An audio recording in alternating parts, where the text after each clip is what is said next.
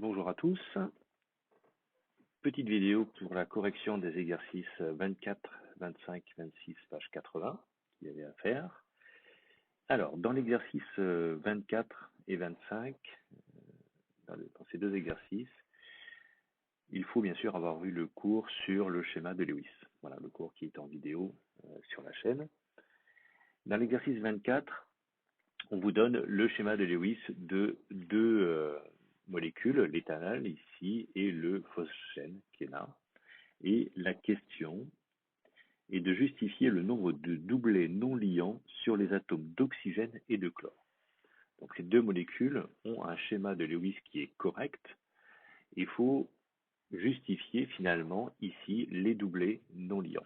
Alors on peut voir que chaque tiret, on rappelle que chaque tiret est un doublet d'électrons, que ce doublet d'électrons, il est soit échangé avec un autre atome, ce qui forme un doublet liant, ici là entre l'oxygène et le carbone par exemple. Donc ça, c'est les doublets liants.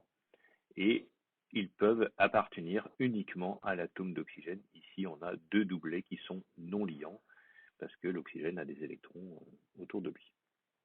Alors, la question c'est est-ce que ces deux doublets non liants, c'est justifié? Pourquoi ils sont là? Eh bien, il faut évidemment, à la fois pour l'éthanol et le phosgène, respecter la règle du duet. N'importe quoi, la règle de l'octet. Je voulais parler de la règle du duet, on en parlera tout à l'heure. Donc la règle de l'octet. Cette règle de l'octet, c'est la règle de stabilité d'un atome qui doit avoir 8 électrons pour être stable. 8 électrons pour avoir sa couche complète. Pour l'oxygène, sa couche, alors lui là, ici on peut le voir, un électron. On a vu dans le cours que l'oxygène avait 6 électrons de valence. Voilà, je les dessine actuellement. Il a 6 électrons de valence. Et il en manque 2 pour respecter la règle de l'octet. Il lui en manque 2. Eh bien, il va récupérer finalement le partage, un peu comme une partage de connexion. Il va récupérer les 2 électrons du carbone, qui lui-même en a 4. Vous voyez ici, là. Voilà. Il va récupérer ces 2 électrons et ça lui fait finalement autour de lui 8 électrons. Et donc, ainsi, il est stable. Voilà. Donc, il est content. Son but dans la vie, c'est de choper 8 électrons. Il les a. De la même façon, ici, cet oxygène aura 8 électrons. Je ne vais pas refaire le schéma, c'est la même chose. Et les atomes de chlore. Alors, les atomes de chlore, un atome de chlore, il a 7 électrons autour de lui. 1, 2, 3, 4, 5, 6, et là 7. D'accord. Voilà, comme il lui manque un électron, il va aller le chercher au niveau du carbone pour faire une liaison covalente, ce qu'on appelle un doublet liant. Et autour, les 6 autres ne participent pas à des liaisons covalentes, ils forment donc des doublets non liants. Voilà. Donc en fait, en seconde, ce que vous devez faire, c'est de voir s'il y a assez de doublets liants ou non liants autour d'un atome. Donc ici, évidemment, on a 8 électrons. Le chlore va donc être stable, quels que soient les 2 atomes de chlore qui sont là. Alors, je voulais vous parler tout à l'heure, ici, une petite rature, de la règle du duet. Voilà. La règle du duet s'applique uniquement pour H. Vous voyez, si on prend l'exemple de H qui est ici, vous avez cet électron qui est partagé par le carbone. Donc lui, l'atome d'hydrogène, il a un seul électron. Enfin, il a un seul électron. Évidemment, il ne peut pas aller à 8 électrons pour respecter la règle de l'octet. Lui, il va respecter la règle du duet. Et la règle du duet, c'est 2 électrons. Donc, l'atome d'hydrogène va chercher un autre électron à partager. D'accord. Et quand il va partager ici avec le carbone, il va former une liaison covalente, c'est-à-dire un doublet liant, et donc l'atome d'hydrogène, par la règle du duet, est stable. Voilà. Vous pouvez faire une question supplémentaire. Alors, voilà, l'exercice type, c'est l'exercice 25 en seconde, c'est-à-dire qu'on vous donne des schémas de Lewis qui sont déjà établis, donc vous n'aurez pas des molécules, des schémas de molécules comme ça à faire, c'est le programme de première. Par contre, vous devez savoir reconnaître si un atome est stable ou pas. Voilà. Alors généralement, on va vous donner des atomes comme l'oxygène, le chlore ou l'azote, ici présent. et il faut regarder s'il en manque ou pas. Alors, dans cet exercice numéro 25, il faut donc recopier ce que j'ai fait au préalable, ces molécules avec les schémas de Lewis, et de compléter en ajoutant un ou des doublés non liants. Voilà. Et il faut bien sûr justifier. Alors, on va regarder. Donc, les atomes d'hydrogène, eux, c'est la règle du duet. Bon, ils ont un électron, comme je l'ai expliqué ici, ils en veulent deux. Donc, finalement, l'atome d'hydrogène a une seule liaison covalente. Tout le monde les a. Donc, les atomes d'hydrogène, ça va.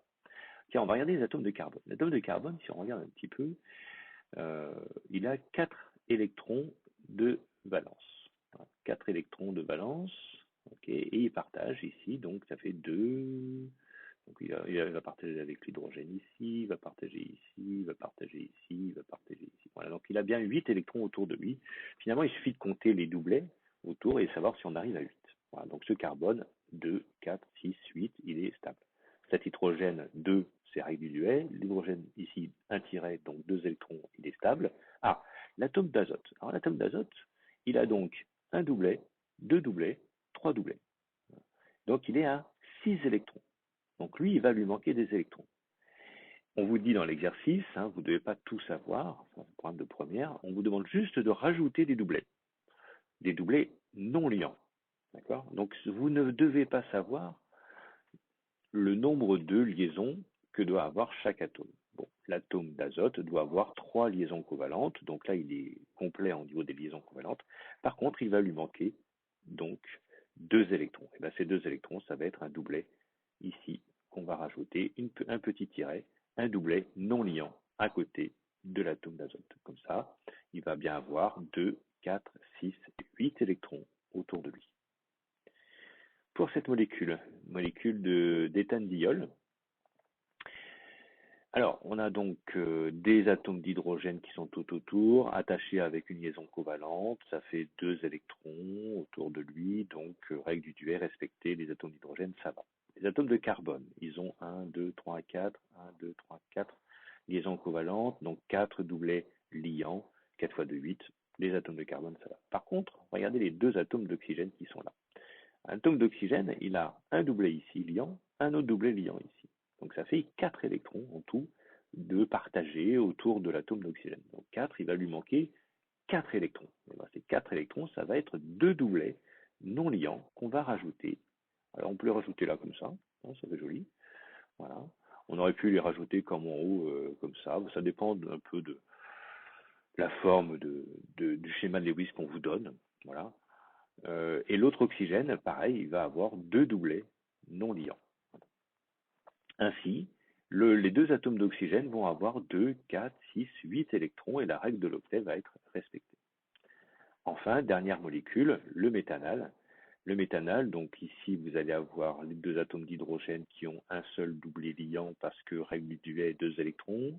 L'atome de carbone ici, il a 2, 4, 6, 8 électrons. Attention, là, ici on a une double liaison avec 2 traits qui comptent donc pour 4 électrons. Et puis 4, 2, plus 2, plus 2, ça fait bien 8. Donc l'atome de carbone, lui, est bien stable avec la règle de l'octet.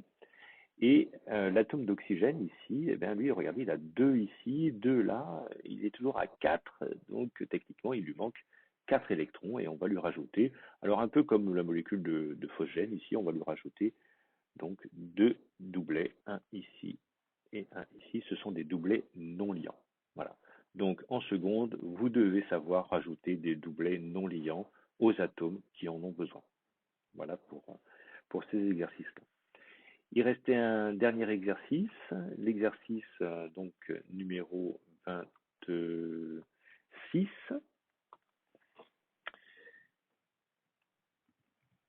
Exercice 26, page 80. Ah bah voilà, 80, bon 80 on va dire. Voilà. Dans cet exercice numéro 26, on vous demande dans la première question, de définir ce que c'est qu'une énergie de liaison. Donc ça c'est du cours. Alors vous allez voir le texte apparaître à la fin quand j'appuierai sur Entrée. Donc l'énergie de liaison, c'est l'énergie qu'il faut apporter à la molécule pour rompre, pour casser une liaison.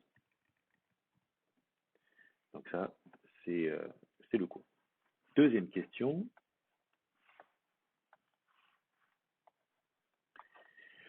On vous demande de comparer deux énergies de liaison qu'on vous donne.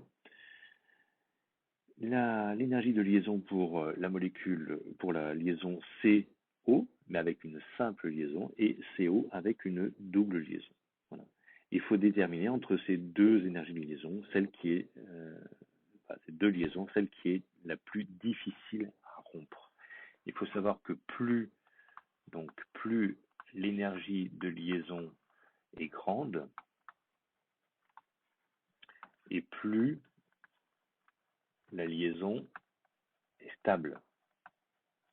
Stable, ça veut dire difficile à casser. Donc c'est logique. Plus la liaison est forte, plus la liaison est dure à rompre, et plus il faut de l'énergie pour la casser, effectivement. Donc vous avez dans le tableau la liaison simple CO avec une énergie de liaison de 351. Alors 351, c'est pas des joules, mais des kilojoules, je pense. Et la double liaison CO, où là vous avez une énergie de liaison à 730. Et donc il faut déterminer entre ces deux types de liaisons, celle qui est la plus difficile à rompre, évidemment, c'est la liaison C double liaison O qui va être la plus difficile. Donc c'est celle-là qui est la plus difficile à rompre, car plus difficile à rompre. Pourquoi? Parce que l'énergie de liaison est la plus grande. Voilà, donc là c'est une partie, donc je vous ai fait un petit exercice sur cette énergie de liaison parce que c'est au programme. C'est pas compliqué à comprendre. Plus c'est stable, plus c'est dur à rompre, plus c'est dur à casser. Et donc plus il faut apporter de l'énergie pour la casser si on veut la casser. Voilà, fin de la correction de ces exercices. Je vous dis à très bientôt dans une autre vidéo.